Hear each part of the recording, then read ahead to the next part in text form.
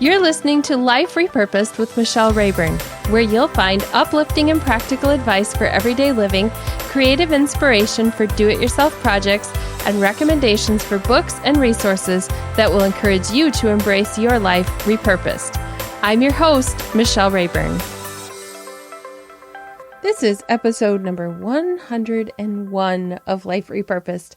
If you missed episode 100, you'll have to go back and listen to last week's episode where my husband, Phil Rayburn, interviewed me, and we just talked about how the podcast came about. So kind of a fun interview always when you have Phil Rayburn on the microphone. Today, I have a guest for you, and I met Jenn through the Christian Podcasters Association. And then we've become friends. We're on a weekly mastermind together. We met for breakfast one time when she was in my area.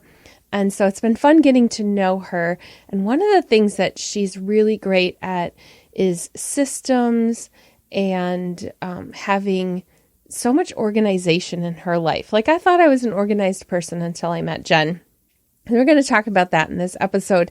Jenn is a mom to 5 kids, both biological and adopted, and she has a really cool story of how they adopted 2 of their children. We're not going to really get into that in the episode because that's not what this episode is about, but you will be able to hear Jenn on some other podcasts talking about that story. She is married to Jim. She's the host of This Mom Knows podcast, and I'm going to be talking about that as our resource later, and also another resource that Jenn has for you. Jenn is great at using systems to minimize distractions and stay focused, and she helps mompreneurs leverage systems so they can be their best as both a mom and an entrepreneur. Now, if you're not a mom today, I want you to stick it out and listen in, because the things that Jenn shares are great for you no matter where you are. If you're an entrepreneur, or if you're somebody who's thinking like, I would love to start a side business, or I'd love to make my side business my full-time business, Jenn has some tips for getting organized and reaching those goals. So even if you're not a mom, I know that the things that she talks about today are going to be very helpful. So here it is, my interview with Jenn Uren. I hope you enjoy it as much as I enjoyed having the interview and sitting down and talking with her.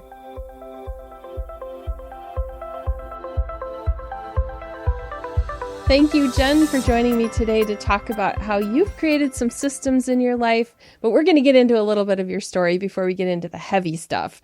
But you're so organized. I am so impressed by how organized you are. Have you always been this way? Well, to a certain extent, I have. My mom said that when I was little, before I could talk, that when she'd put me in my crib at night, if she would put my outfit from the day on the changing table, that I would bang my crib against the wall until she put it in the hamper. So rumor has it that I have always liked order. Wow. So is there like one thing that your morning is not complete if you didn't do this step? Like, is there some routine or something that you have? Yeah. Make my bed. For sure, if my bed is not made, my morning is in the wrong direction. So that is one thing that is really, really key to my day. I did not make my bed this morning. I hope you still like me. I do like you. I just won't look in your room. But I work out of my room. Like my office is in my closet. And so for now, working out of my room, it's important because it shifts it from sleeping to we're awake. But even when I wasn't working out of my room, for me, it was important because then when I came back to my room in the evening, it was inviting, like walking into a hotel room. So that's why for me. Yeah, I do it a lot of days, but my room is way at the end of the hallway. I don't have to pass by it. When I had a house with a room where I had to pass my bedroom every day, it bothered me all the time. But now my office is the place that's, I have to like start my day with my office in order, or that will drive me. So if your bedroom's your office, that makes sense. Yep. So I want to know more about how you came to be working from home right now and what you're doing. So we're going to go back a little bit in your story. You know that this show is Life Repurposed, and I like to talk about what challenge brought us to the place we are now, because everything we do in the past somehow affects who we are today. So what is a challenge from your past that has shaped who you are today? there's a few things. One I will mention, and it won't make any sense till we talk later, but I grew up not knowing who my grandfather was. And so I felt this void and a longing to know who he was. So that's one thing. I also, early in our marriage, I was always thinking entrepreneurially, I should start something, I should do something. But my motivation at that time was to make money to fill in the gaps where my husband's business had not yet grown to. And so my motivation was not to be helpful. It was to come in and fix what I thought was going on. So I had to go through a process of shifting to supporting what he was doing. And then we had a surprise adoption of 2 children that played into a lot of things. And when I say surprise adoption, everyone's like, oh, so you were fostering and you didn't know you'd adopt. Or, oh, you were just, doing safe families and you didn't know. No, we were doing nothing at all. We'd had no prep for this whatsoever. One day I had 3 children and 2 weeks later I had 5. So we had a surprise adoption. And then just trying to take all of the stuff from, that had sort of accumulated. I got to a point where I realized I kept adding to my plate and I never took off of my plate. And so I hit this sense of overwhelm, which unfortunately that hit after the babies joined our family. So I feel like it's a series of events that culminated in this season of something has to give. And that got me to where I made a lot of changes to get me to where I am now. So it sounds like you've been an entrepreneur for many years. What kinds of businesses have you had? Well, I did direct sales for a while for organization company, selling organizational products. I did really, really well with that, except I couldn't get a downline because nobody felt like they were organized enough.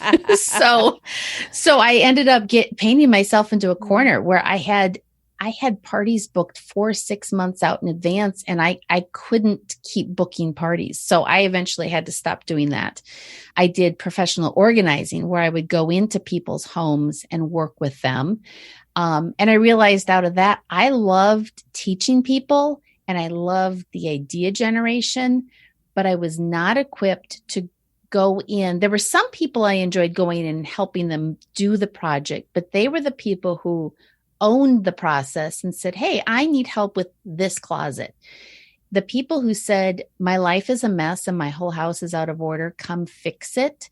I was not equipped to work with those people because there was something deeper going on. There were usually, mental disorders or emotional baggage. And for a lot of those people, I finally had to come to the realization that it wasn't the state of their home or anything I could do to fix it. They were avoiding fixing the real problem, which was usually something internal. And so if I got their house organized and their marriage fell apart, now they would have to own responsibility. So if they could keep their house in disarray and their marriage fell apart, it wasn't their fault. And it was just beyond anything I could handle.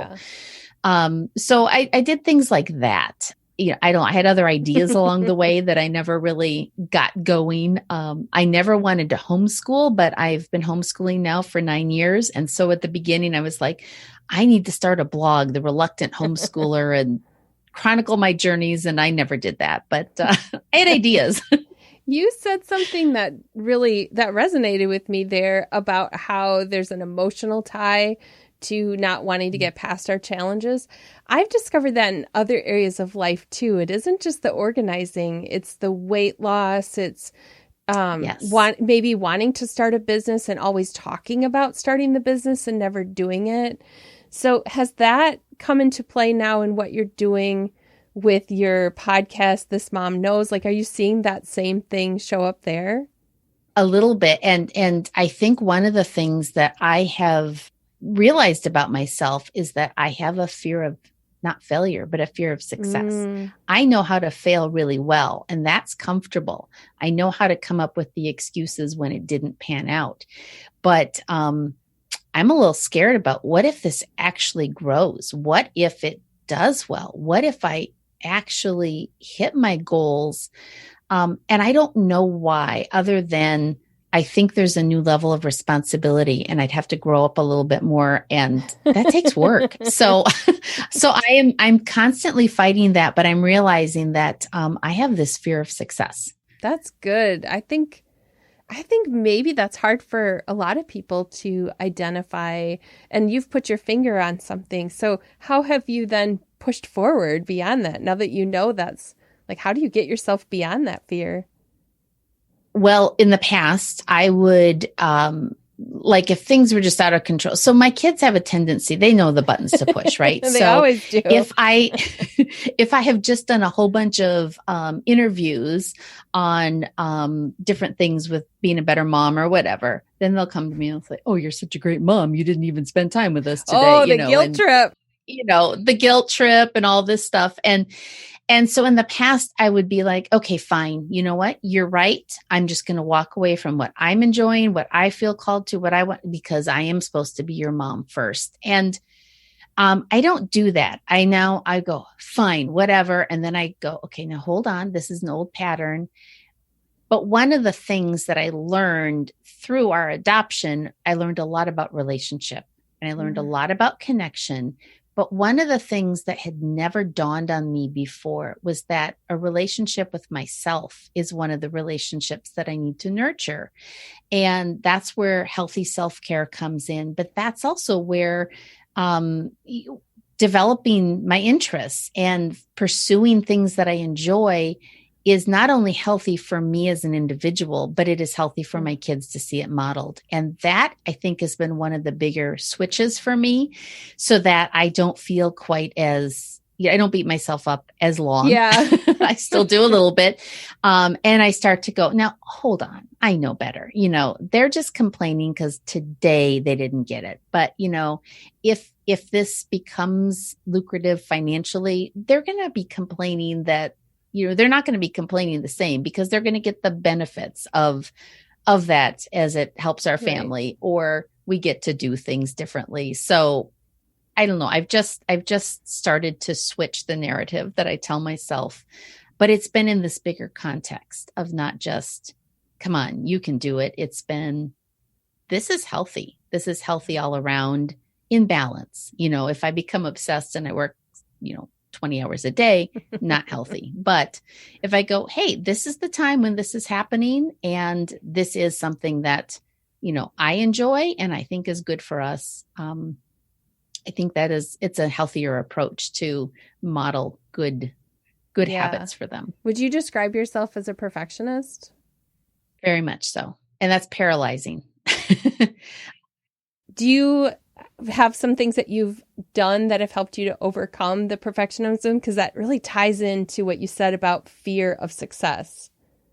Yeah. Well, the other part of perfectionism, one of the things I observed as an organizer was that when I think of a perfectionist, I think of everything neat and orderly and functioning well.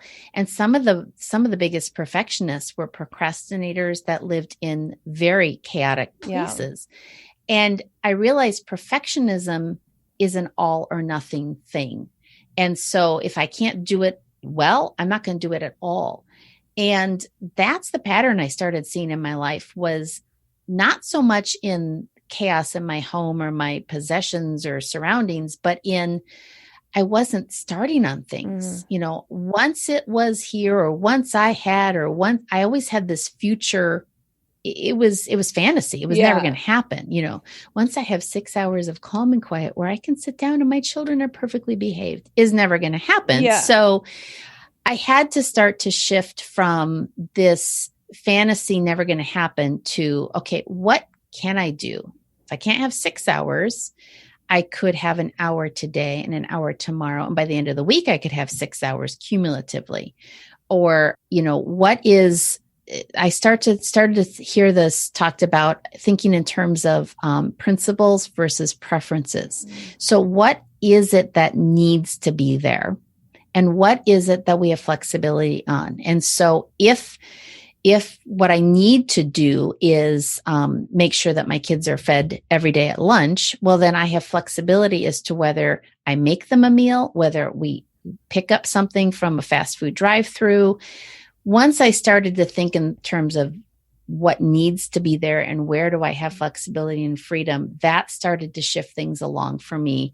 And then I began to be able to embrace this idea of done is better than perfect and iterations. We have a mutual friend, Eric, who talks in iterations and going, oh, just because I made it today doesn't mean this is the way it has to be forever and always. This is just the way it is today. And I can always improve it if it needs it. And I can always leave it this way if this is functioning well enough. So that's a big answer with lots of components, but yeah.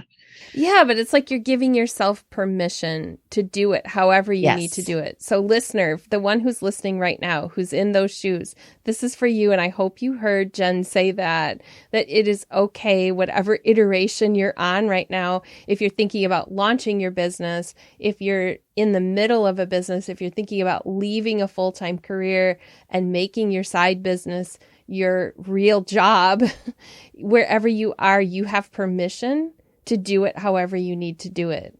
So Jenn, you mentioned that you had this surprise adoption. You were already running a business then, correct? I was helping my husband run a business, and I was trying to blog and get a blog off the ground. But so then you had to instantly pivot. What have you learned in that struggle of instantly pivoting? I also know more of Jenn's story that we're not going to be able to tell today. And I know that the adoption involves other family members, extended family members of her adopted children that are now part of her life. So Jenn, you now have more than just 2 family members. You have a much bigger family. We have a whole bunch of family. Yes, that we've So how did that affect your business, your life, and how you moved forward? Well, prior to this surprise adoption, I had been feeling very overwhelmed. I had felt very strongly we needed to bring our youngest daughter out of public school and homeschooling. So I will never homeschool. I'm now homeschooling 3 kids at this point. And I kept hearing the Lord say, get caught up, just get caught up on all these projects and things that needed to happen at some point, but they were when I have 12 hours, I will work on it kind of projects. And I wasn't chipping away at them and getting them done. And I just kept going, I don't have time. I won't do it. Every single one of those things, it would have made our life easier if I had been caught up when this surprise adoption happened. So one thing I definitely learned was when you feel the Lord starting to tell you to do something, you should probably pay attention. So that was one thing, but I feel like everything just sort of came to a screeching halt. And that was where it was really revealed to me where our priorities were. And so the surprise adoption started us through this whole journey of reassessing everything that was on our plates, from the volunteer activities I did to how we were homeschooling, to our health, to even, where we lived and living in the house we were in. And we went through a whole long series of what I call unencumbering, where we started to step out of the things, including home ownership. We unencumbered ourselves from owning a home so we could have the freedom to do what God has next for us, which we're in the process of discovering. But it helped us unencumber from everything and then be intentional about where we were going to put our time and energy. And that has been the difference now as I'm creating This Mom Knows, is that there's intention and there's margin for it. Where when I was trying to build a blog before, it was sort of in the margins on my own time, and it got the very worst of me.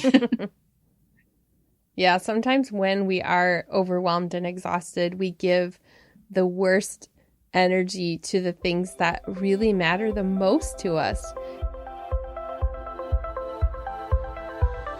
How are you helping other moms with that now after you've walked through and you're still walking through? How do you help other people come alongside them? Well, in several ways. One has just been through relationship. As I've learned more. So when we parented, we didn't parent our older kids wrong. We just parented them the way that we had seen modeled to us, which was, we love them. We did all these things, but it was a lot of consequences. And it turns out it was very punitive. You did something wrong, you get in trouble. There wasn't, I describe it as a garden. We did a lot of pulling of weeds, but we never got in and pulled out the root system that was causing the weeds. And so it was a lot of dealing with behavior, but not with why this was happening. And so when we adopted the littles, we started to learn a lot more about trauma and connection and behavior, and this shifted a lot. So one thing is that I'm able to encourage on the mom side of the mompreneur is that you haven't set yourself in stone. Because you did something at one point doesn't mean you can't go back and work on it and make changes. It might be harder. It might not be as natural, but I've discovered this freedom in being able to say to my older kids, we made some mistakes, and kind of take what we had done and now rework it into something that is more healthy and more relational with them, and teaching them how to, interact with people around them in a healthy relational way that is not, just outcome based. And so I'm able to encourage other moms, I think, with that. There are times that I've had moms call and just say, what do I do? And to be able to say, you can't do anything, but here's how I can encourage you to think and to approach it and to, view it. And those types of things has been an honor. But then on the entrepreneur side, I'm able to help moms find simple systems, some good tools, some processes that can, help them. A lot of it's stuff that they already have at their disposal, but there's something about being an outside perspective, a fresh set of eyes that sees things differently. And so there are times where I'm able to come in and say, you're almost doing something exactly, but if you make this one change, it'll turn it upside down and it'll really work well. Or to reframe so that, a lot of times I am guilty of saying, I got nothing done today. And what I mean is I didn't get anything I had written down on my list done today. But then if I look back and see all the things I actually did accomplish, I got quite a bit done. So a lot of it is, it's reframing. Some of it is teaching how to do things easier. And a lot of it is what I'm discovering is what's logical to me or natural to me is magic to someone else. And so sometimes it's just saying, hey, this is what I do. And having people go, oh, wow. And I'm like, that's just what I do. But then they do the same thing. They'll say something and I'm like, no, I never thought of that. And they're like, well, everyone does this, I thought. So it's a lot of that kind of encouragement, I think. I hate cooking. So this is something where it's like, I wish somebody would come in and magically tell me, actually, I take that back. I don't hate cooking. I hate coming up with something every day. Like if I want to have a special meal, I love the process of, coming up with something unusual and planning out the dessert and all that. Like I like that part, but I don't like the day-to-day. So that's one of the... But that's an event. Yes. So it's different. Special. Yeah. The day-to-day thing is like, oh, it's supper time. And I know this is something that you've helped people with. So tell me about that. I hate cooking too. I hate cooking a lot. I like showing up to dinner. Like, in fact, I'd rather clean up the dinner than make the dinner. So, that tells you something. But so it's one of those areas that I actually had to become really good at. And so I thought, well, I hate this so much. I don't want to spend this time doing it every day. It's almost that reverse of looking for those 6 hours. I'm like, I'm spending so much of my life on something I hate. How can I spend less time on it? So I just found the tools and things where if I work them together, I'm spending about 15 minutes meal planning for the week. Wow. It's creating our shopping list. And then I use a lot of things like the Instant Pot and other things so that I'm doing a lot of my meal prep in the morning. And then it's just ready to pop in the oven or it's set on a timer or delay start so that it'll be ready. And I can show up for dinner And so, yeah, that's one of those. I'm getting ready to launch a mini course on learning to love your Instant Pot. So that, because that's a scary thing. Yeah. And there's a great tool. But yeah, that's one place where I've taken what I don't love and turned it into something that so I can avoid doing it. Yeah, there has to be someone else listening who doesn't like cooking. So where's someone going to be able to find that course when it comes out? So my website is thismomknows.com, and it will be there when it comes out. And, I've pulled my kids into working with me. Nice. So my 18-year-old son is my editor, and he is at the moment the reason why it is not yet ready, because he's editing. Those busy teenagers. That's right. Well, for the person listening, this is something that Jenn is passionate about, helping people find those solutions, and she's a perfectionist, but not perfect. I love that we can have systems, we can be organized, and we can still be a work in progress. And so for the person listening who's a little bit discouraged because you're waiting for the maid and the housekeeper that I've been waiting for like 30 years, if you don't have one either, there are some tools out there. Jenn covers business, she covers family, and she covers personal topics in her podcast and in her blog. Before we move on to talking more about those resources, Jenn, I know you have other things that were on your heart today, and I want to make sure we hit those. So what have we not talked about that was on your heart today? Yeah. So the one thing I didn't circle back to was with my grandpa, and the void of not knowing him. It always confused me as a kid. I did end up meeting him when I was 19, and that was a real gift. But now that I have these littles, it was that void of not knowing who my grandpa was. It paved the way for me to naturally and willingly, and when I say naturally, I don't mean easily, but to naturally want to work on building relationship with their biological family and with the families that had raised them before they came to us. And so for me to see how that longing and that void actually was there so that I would be equipped for something I never saw coming, that to me is a real image. That's a good picture to me of life repurposed, because it wasn't for nothing. And we don't always get to see that. But that was a gift to me. And I pray someday my kids turn around and say that was a gift to them too. Because like with any family, there are hardships and there are joys. And there are days that it's a lot of work to maintain the relationships. And then there's days that it's a real gift to have those relationships. I love how it all ties together, how you've taken what's happening in your family life and professionally and tied it all together. As we move into talking about resources, I want to talk about how you've also brought repurposing into the way that you've helped others.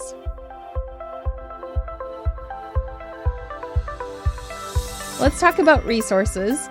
The one thing that I know you've brought all together is that you're taking what's happening in your own life and your own family, you've turned it into helping others. And the beautiful thing is that you're also showing people how to repurpose what they have in different ways. Some people think of that as recycling junk.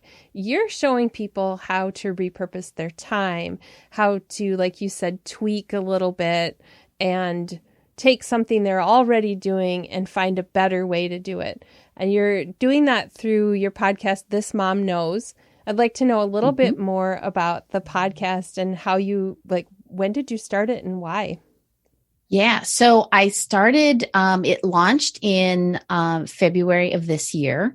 I started recording back in November. I've had this idea that, I need to be 13 weeks ahead. And that's, in some ways that's good. And in some ways that's too far out.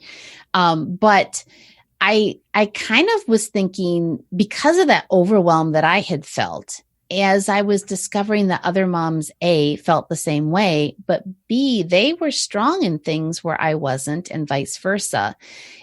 I was struck with this idea that as moms, we've got it all covered. And so what this mom knows and this mom knows and this mom knows, when we look at all of us, individually, as a group, we just have to talk with each other, and we love to help each other usually. So I started it just as a broad conversation amongst moms. What do you know? What can we learn from you? And this is where the recording so far out in advance is a challenge, because as I started going through that, then I really was challenged by other podcasters and some other people that I should niche it down. And so that's where I've said, this is my sweet spot is systems. And so if I can lean into this mompreneur space and help moms, eliminate distractions so that they can focus and use their time through systems and tools and the things that can leverage them, then they can really be present and be the best of both mom and entrepreneur. And so I'm shifting the focus a little more specifically. So it's still, what does this mom know? And it's still different things, but it's a balance between things at home, household systems, challenges as parents, and then things on the entrepreneurial side, business systems and challenges that we face running businesses. Have you found there have been systems that you've started and then you've totally ditched it for something different? There have been some. Most of the time, I've discovered that it doesn't need a total ditch. It often needs a tweak. So stepping back and saying, what changed? So usually if something's not working really well, that red flag is kind of a gift to say, change has happened. And maybe we didn't even realize change had happened. And that's how we're discovering that something has changed. But a lot of times it just needs a tweak. But yes, there are times. So that's one of those places where when I was younger as a perfectionist, I was like, all or nothing. This is it. I felt this great pressure, even as an 8-year-old, 9-year-old, that however I choose to do this today is the way I'm doing this until the day I die. And I've had to dial it back. And now I say, this is how we are schooling this year. This is how, or this is the plan for this quarter. Let's see how it goes. Let's try it for 3 months. And then we'll evaluate, do we go to something different or do we tweak it? So yes, there are times for sure, but I've had to dial back my length of expectation of something to work before I make those judgments. I've done that before, and then I start to become addicted to systems where it's just I need to listen to someone else's or read their book and start their system and throw my whole thing away, and then eventually you're just changing systems all the time. Right. And then that becomes one of those external excuses for why am I not succeeding? Well, I haven't found the right system. Exactly. And just because somebody does it that way doesn't mean that's how you have to do it. So the other piece of advice that I heard from somebody, they said, this is not a perfect system, but it's a really good system. They were talking about an online software, and they said, so pick one and stick with it. And that was freeing to go, okay, it's not perfect. So I'll find something that fills in the gaps where it's not perfect. But this is what I'm going to work with because this is where I'm investing time and energy to get it working. Yeah. For the person listening, if you're looking for a system, Jenn is a good resource to start looking on her website, listening to her podcast. And I found that asking friends also, like, what works for you has helped me to figure out, well, if it works for them, maybe it'll work for me. So Jenn, you're like that friend that comes alongside and says, here's what worked for me. You have a resource we can get on your website as well, and that's called 5 Simple Things to Help Minimize Distractions. Yes. And so we can get that at thismomknows.com/simple. It's a free download, and it's 5 simple things that literally you could do today that'll just start to help you on this process. And you don't have to do all 5 of them. Pick one and see how it helps. But they're just simple ways to get started that aren't overwhelming. The cool thing you have on there, and this speaks to my language, I don't know why, but you have a little checklist thing where you can hang it on the refrigerator and track your progress to see if you did these 5 things every day for like 30 days, was it? You're forming habits then. Right. Exactly. I have a podcast that talks about this on making life easier.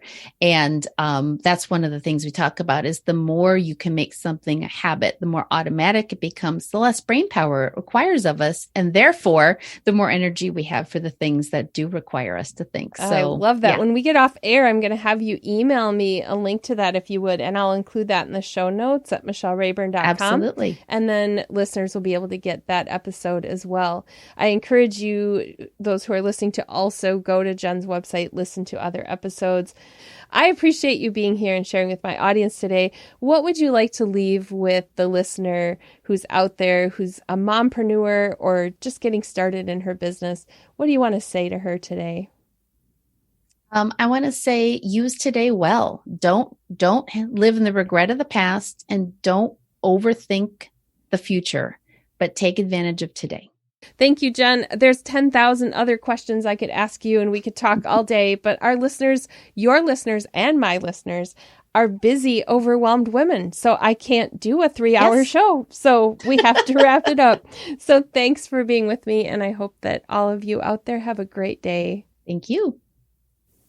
You will find links to the resources we talked about, as well as to an extra bonus link to where Jenn tells her full surprise adoption story in the show notes at michellerayburn.com/101 for episode 101. So I will have that there. You can also find the links to other platforms where you can play the podcast weekly. I encourage you to subscribe on your favorite platform so it comes into your device and it's ready for you to play each week. That way you don't miss an episode. I encourage you to join us in the discussion in the Life Repurposed community on Facebook. If you haven't joined, now is the time for you to join. We're going to be talking about systems, giving some tips and resources. There's also some fun questions that just help you get to know other people on a Life Repurposed journey. We are repurposing social media for something positive, so I encourage you to be there in that discussion and get to know some other people. Have a great week, and I will see you again next week.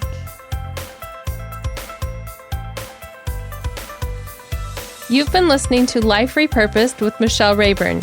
Check out tips, resources, and inspiration at michellerayburn.com. I'd love it if you would subscribe to the podcast on your favorite platform, Apple Podcasts, Google Play, iHeartRadio, or Spotify. I'd also love it if you would like, review, and share the information about this podcast with your friends. Thank you so much for listening.